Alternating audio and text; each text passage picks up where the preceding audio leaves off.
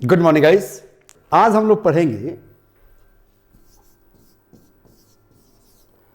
How to speak English. क्या chapter है guys? How to speak English. मतलब English कैसे बोलें, इंग्लिश में कैसे बात करें, यानी कि जो आपके दिमाग में बात भरी है, जो दिल में बात भरी है, उस सामने वाले तक कैसे पहुंचाएं। यही सारा चीज जो है हमें इस चैप्टर में पढ़ना है। बट इस चैप्टर को पढ़ने से पहले, शुरू करने से पहले, अगर हम लोग एक एग्जाम्पल देख लें तो यह चैप्टर पढ़ना बिल्कुल आसान हो जाएगा, बिल्कुल इजी हो जाएगा। जैसे हम लोग जो है ए में ले लें as a example Indian PM. तो इंडियन पीएम कौन है बेटा? मिस्टर मोदी। ओके। और हम इधर बी में ले लें as a example Japanese PM. तो जापानीज पीएम कौन है गाइस?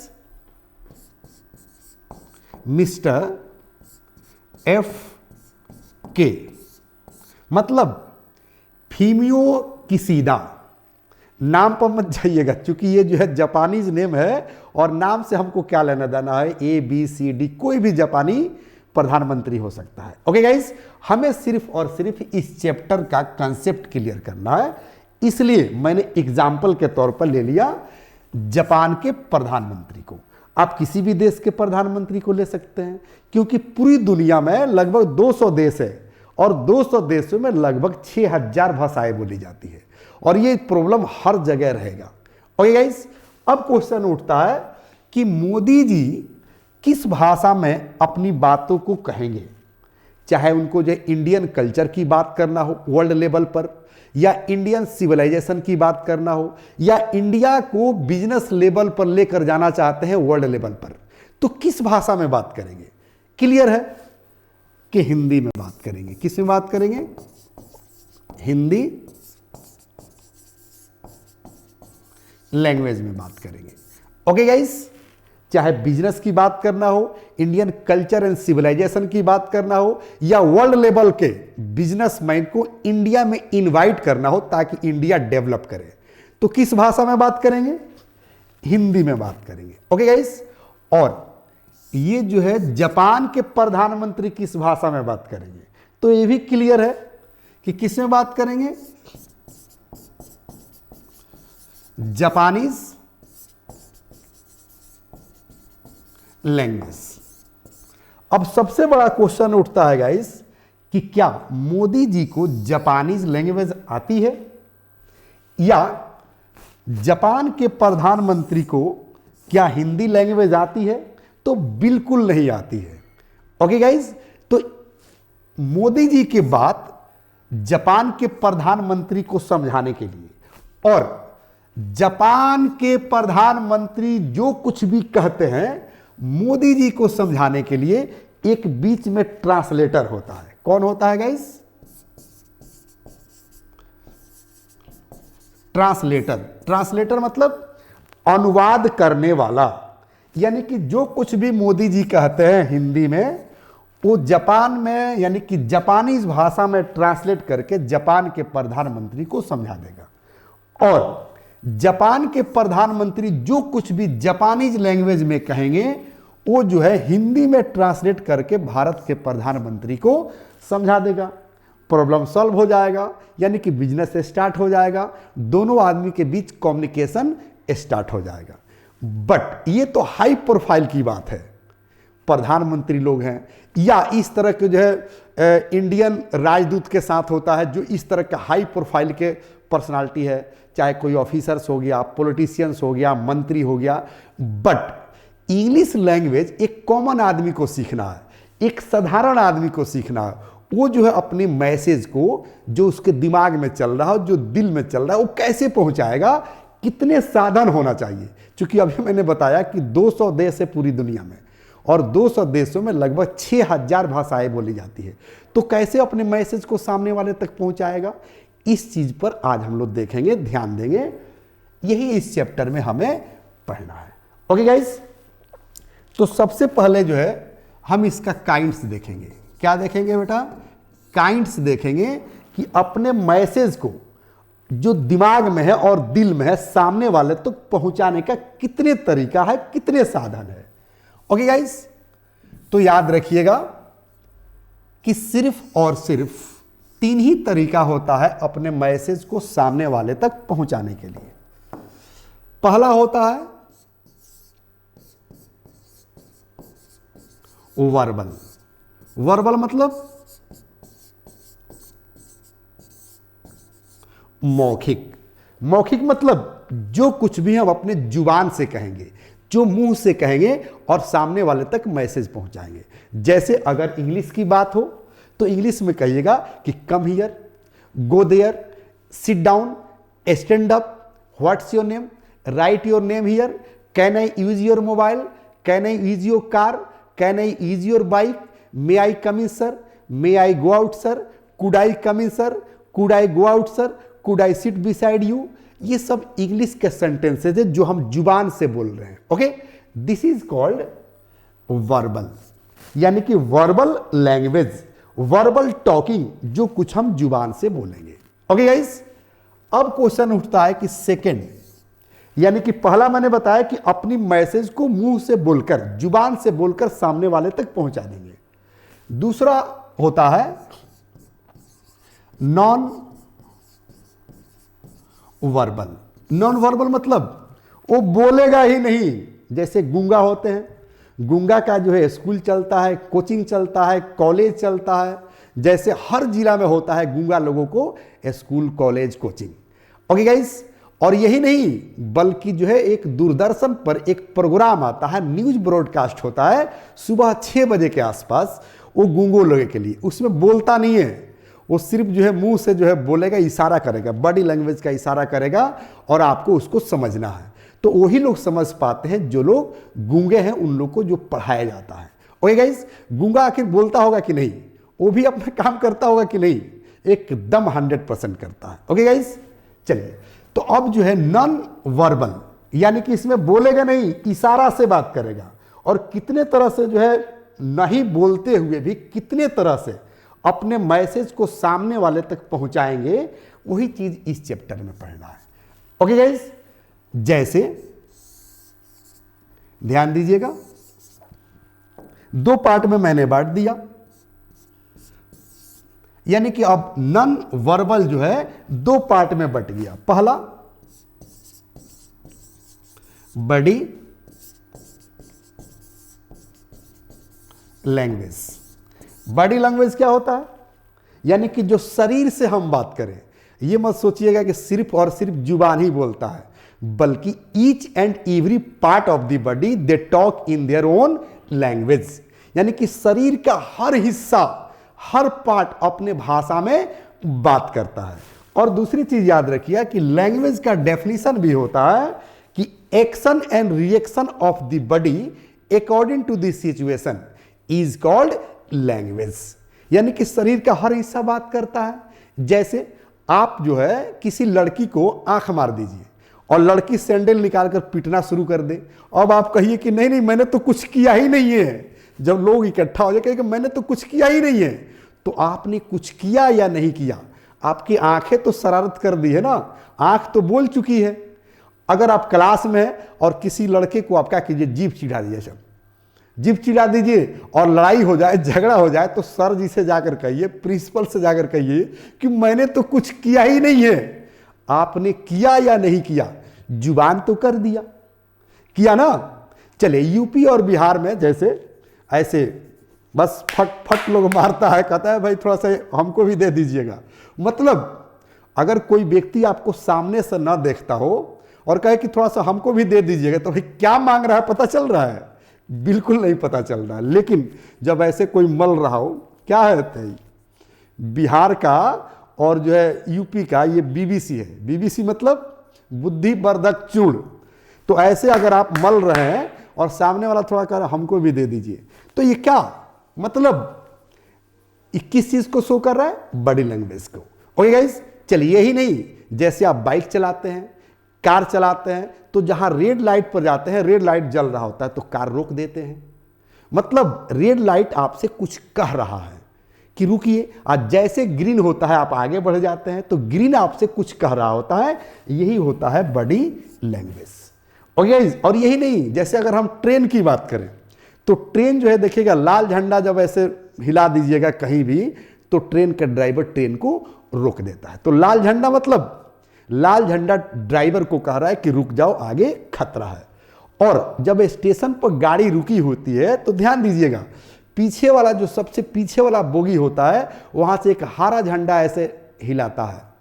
ओके, तो ट्रेन जो है खुल जाती है, मतलब हरा झंडा भी कुछ कह रहा होता है, अपने भाषा में बोल रहा होता है। कोई दिक्कत? अब तो समझ में आ रही है ना कि जो है बॉडी लैंग्वेज किसे कहते हैं। ओके गाइस, अब जो है 2 नंबर में आएगा, यानी कि नॉन वर्बल का 2 नंबर में क्या पढ़ना है, ध्यान दीजिएगा। 2 नंबर में पढ़ना है रिटेन। रिटेन मतलब लिखित, चाहे व्हाट्सएप के द्वारा आप मैसेज कीजिए लिखकर, या ईमेल कीजिए, लेटर लिखिए, एप्लीकेशन लिखिए, जो कुछ भी लिखिए, या ऑथर लोग होते हैं बुक्स में अपनी थॉट को लिख देते हैं, अपने ओपिनियन को लिख देते हैं, पूरी दुनिया पढ़ती है, तो ये जो है रिटेन हो गया। यहां तो जुबान से कुछ नहीं कह रहा है, मौखिक कुछ नहीं कह रहा है, बट रिटेन कह रहा है। चाहे बुक में लिख दिया हो, या आजकल तो जो है कंप्यूटर का ज़माना है, कंप्यूटर पर ही टाइप कर दिया है स्क्रीन पर, ओके, मेल कर दिया हो, व्हाट्सअप कर दिया हो, या फेसबुक पर डाल दिया हो, इंस्टाग्राम पर डाल दिया हो, व्हाट्सअप पर डाल दिया हो, कुछ भी लिख कर तो सामने वाले तक पहुंच जाएगा। तो सामने वाला समझ जाएगा ना कि सामने वाला क्या मैसेज दिया है, उसका क्या ओपिनियन है, क्या विचार है, क्या थॉट है।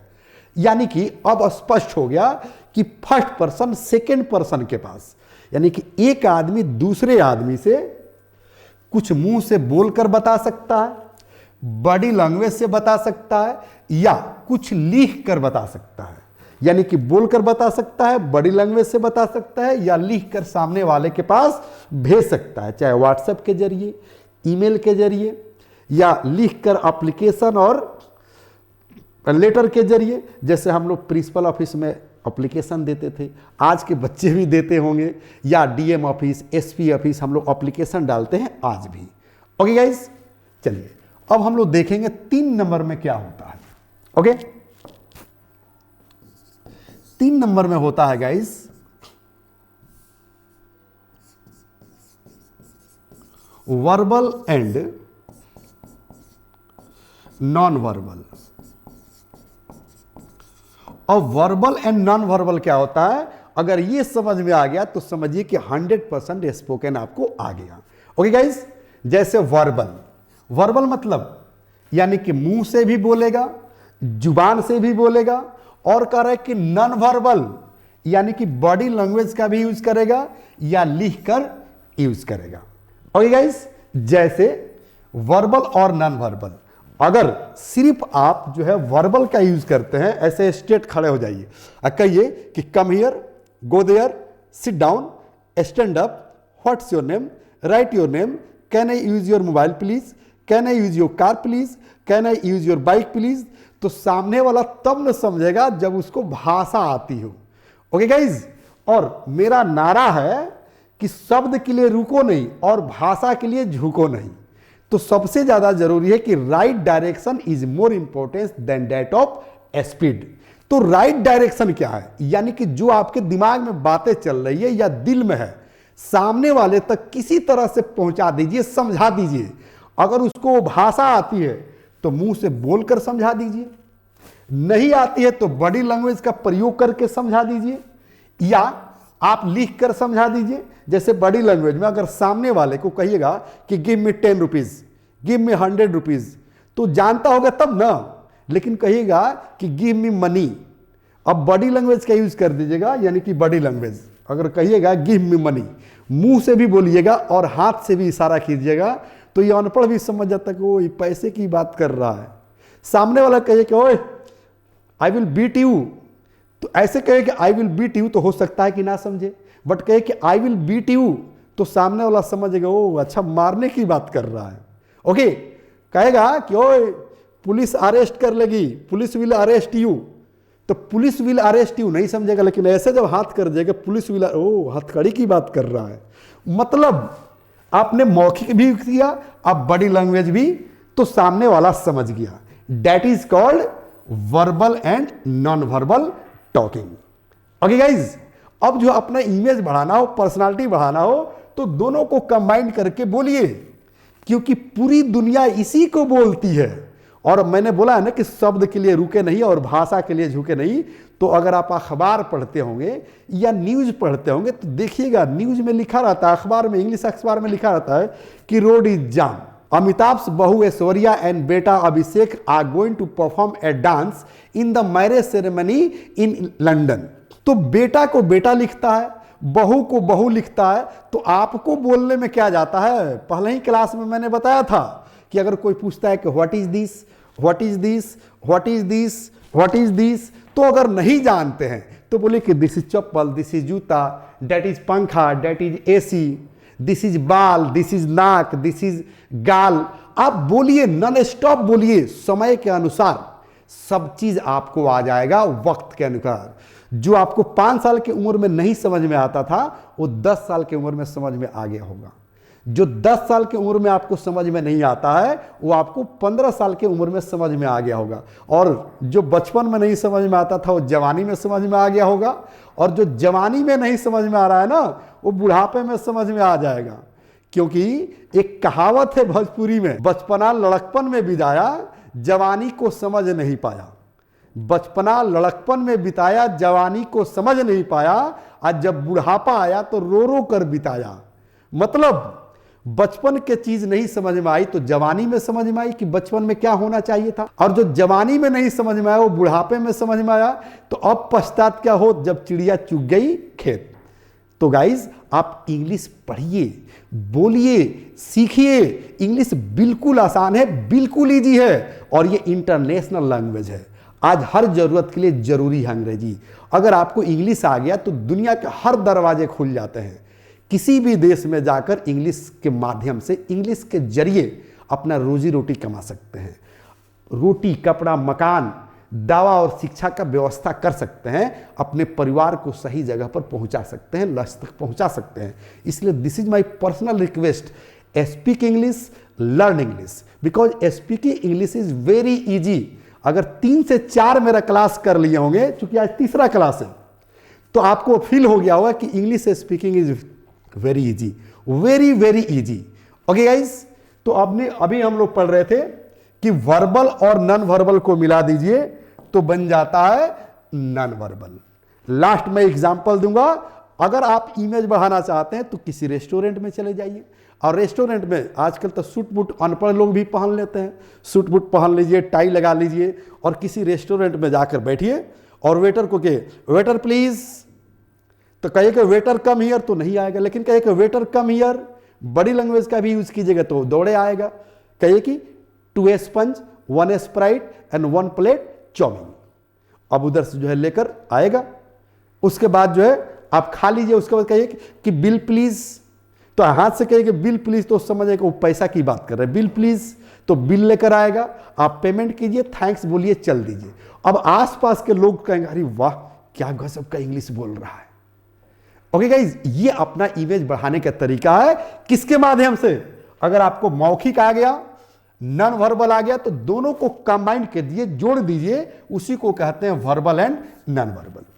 दूसरा एग्जांपल जानिए, कोई भी प्राइवेट कंपनी होता है या बड़ा बड़ा स्कूल होता है, वहां जाइएगा कंपनी में तो गेट पर एक वॉचमैन होता है। जैसे जाइएगा वो कहता है good morning sir, office there. आप ऑफिस में जाइएगा तो ऑफिस में एक वेटर होता है जो आपको पानी सर्व करता है। वो कहेगा good morning sir, be seated please. आप बैठ जाइएगा। उसके बाद आप पूछिएगा कि सर कहाँ है, कहोगे sir is in the office, he is talking to anybody, या he is in the meeting, या she is in the meeting.